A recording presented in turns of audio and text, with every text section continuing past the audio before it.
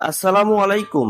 আজ সোমবার 26শে জানুয়ারি 2026, 12ই মাঘ 1432, 7ই সাবান 1447।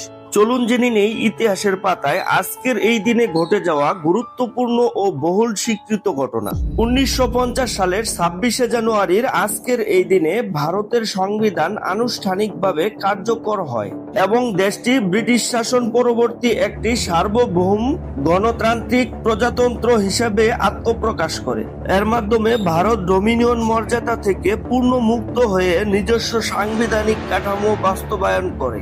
এই ঐতিহাসিক দিনের স্মরণে 26শে জানুয়ারির প্রতি বছর ভারতীয় প্রজাতন্ত্র দিবস হিসাবে পালিত হয়, যা দক্ষিণ এশিয়ার রাজনৈতিক ইতিহাসে একটি অন্যতম গুরুত্বপূর্ণ মাইলফলক হিসেবে বিবেচিত।